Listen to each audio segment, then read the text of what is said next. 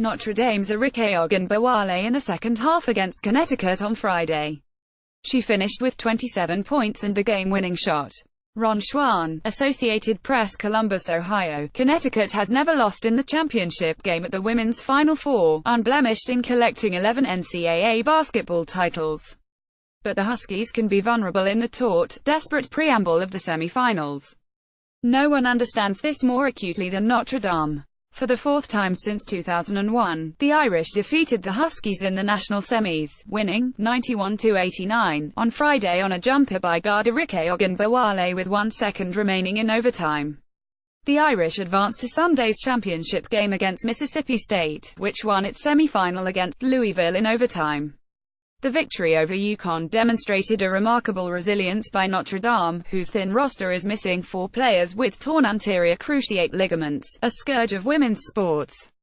Friday's game became a fierce back and forth, one team making a determined run, the other answering, both overcoming deficits that expanded to double figures. And for a second consecutive year in the Final Four, UConn 36-1 felt the sting of defeat in the final seconds of overtime. On Friday, the Huskies seemed finished near the end of regulation, trailing by 79-74 with 21.3 seconds left before Nafisa Collier 24 points hit a three-pointer and Kiana stole the inbounds pass and drove for a layup to tie the score, forcing 5 extra minutes. In overtime, Notre Dame 34-3 drew ahead, but UConn responded. A three-pointer by Crystal Dangerfield tied the score at 89-89 with 27 seconds left. Notre Dame called timeout with 13 seconds remaining and planned to isolate Ogunbowale 27 points on the right wing and have her drive to the basket with about 5 seconds remaining, in the belief that UConn would not try to foul. But UConn's defense made it difficult for Ogunbowale to get the ball as planned.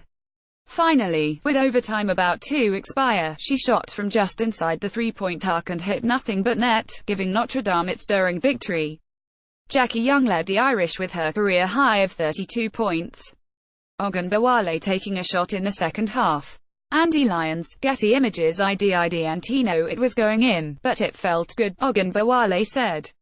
Muffet McGraw, Notre Dame's coach, acknowledged that the play, and ultimately the victory, had resulted more from improvisation than from design. I probably should thank every Catholic from coast to coast for all the prayers on Good Friday, she said. Importantly for the Irish, a deep familiarity with UConn had developed over the years, creating self-assurance and stonewashing any nervousness from their annual matchup in the regular and, with regularity, another meeting in the tournament. They're just another team, guard Marina Mabry said. As partners in the old Big East Conference, the teams once played as many as 4 times a. Their coaches, Notre Dame's McGraw and UConn's Gino Auriemma, obsessively followed each other's performances. The rivalry became the most enthralling in women's college basketball. It grew heated, sometimes to the point of bitterness. Now they are in different leagues. The Irish play in the Atlantic Coast Conference, the Huskies in the American Athletic Conference, and the rivalry is less intense but no less predictive of deep runs in the NCAA tournament. Notre Dame prevailed over UConn in the semi-finals in 2001, when the Irish won their only national title, and did it again in 2011 and 2012, as well as on Friday. For the second consecutive year, UConn failed to reach the championship game. Last year, defeat came on a stunning jumper by Mississippi State in overtime that snapped the Huskies' 111-game winning streak. Again on Friday, the Huskies were left to contemplate going home empty-handed, despite having won 147 of their last 149 games. When you do something and it seems like it's so effortless, you do get numb and forget it's difficult, Auriemma said of UConn's raft of national titles. It's very difficult. There are no bad teams. There are no bad players. You can't luck into a national championship. You have to play great. Notre Dame's Jessica Shepard attempting a shot against Connecticut's Gabby Williams, left, and Azura Stevens in the first half. Andy Lyons, Getty Images in these types of games, he continued, unnecessary selfishness often prevails. One team often does not collectively beat another, he said. Instead, there's 1 or 2 players that just make unbelievable plays and just dominate the game. Women's college basketball is now left to deliberate whether UConn's stumble represented an anomaly or the hint of something larger, the beginning of a shift toward greater parity in the women's game, which has developed on a track parallel to the men's game. The men's NCAA tournament began in 1939, the women's in 1982. In the first 37 years of the men's tournament, coach John Wooden and UCLA won 10 titles. In the first 37 years of the women's tournament, Emma and UConn have won 11 titles.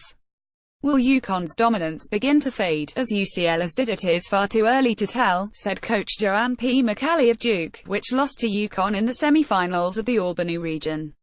UConn has signed the nation's top recruit for next, Kristen Williams, a 5'11" guard from Arkansas. And Emma, who just turned 64, has hinted that he might coach until he is 70. UConn is still the king and queen and leader of the pack, McCallie said. Let's look at the next 4 years. That will be the pattern to evaluate. Still, there is undeniable equalizing occurring in women's college basketball. Tennessee, an 8-time national champion, has not reached the Final Four since coach Pat Summitt retired and from early-onset Alzheimer's disease. Tennessee lost at home for the first time in the NCAA tournament. South Carolina, the 2017 champion, and Mississippi State, in the Final Four for a second consecutive, have supplanted Tennessee as powers in the Southeastern Conference. Anytime you can show some parity in our game on any level, it's always good, said Dawn Staley, the South Carolina coach, who won the title last year. A leveling of the playing field gives other coaches hope to keep on coaching. Gino Emma and UConn have won 11 titles in 37 years of the women's tournament. But the Huskies have lost in overtime in the Final Four the past 2 years. Tony DeJack, Associated Press. Oregon, UCLA and Oregon State have loosened the stranglehold that Stanford, a 2-time champion and a Final Four regular, once had on the Pac-12 conference. And 2 11th seeds, Buffalo and Central Michigan, reached the round of 16 in the 2018 tournament. Buffalo provided a shrewd example of the recruiting that mid-majors have undertaken to compete with opponents in the so-called Power 5 conferences. Of Buffalo's 14 players, 7 were international, 4 from Australia, 2 from Canada and 1 from Nigeria. Women are not just saying, "I'm going to Connecticut," they're going everywhere now, said Buffalo coach Felicia Leggett-Jack.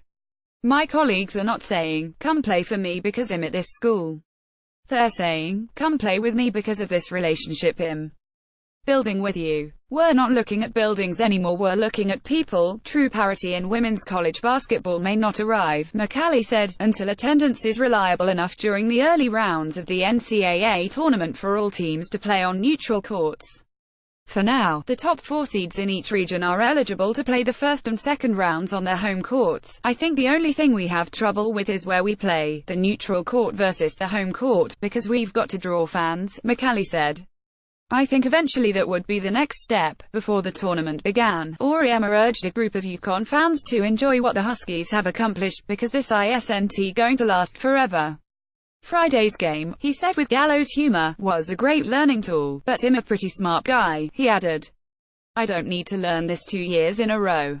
A version of this article appears in print on March 31, 2018, on page D1 of the New York edition with the headline, "Just Another Team."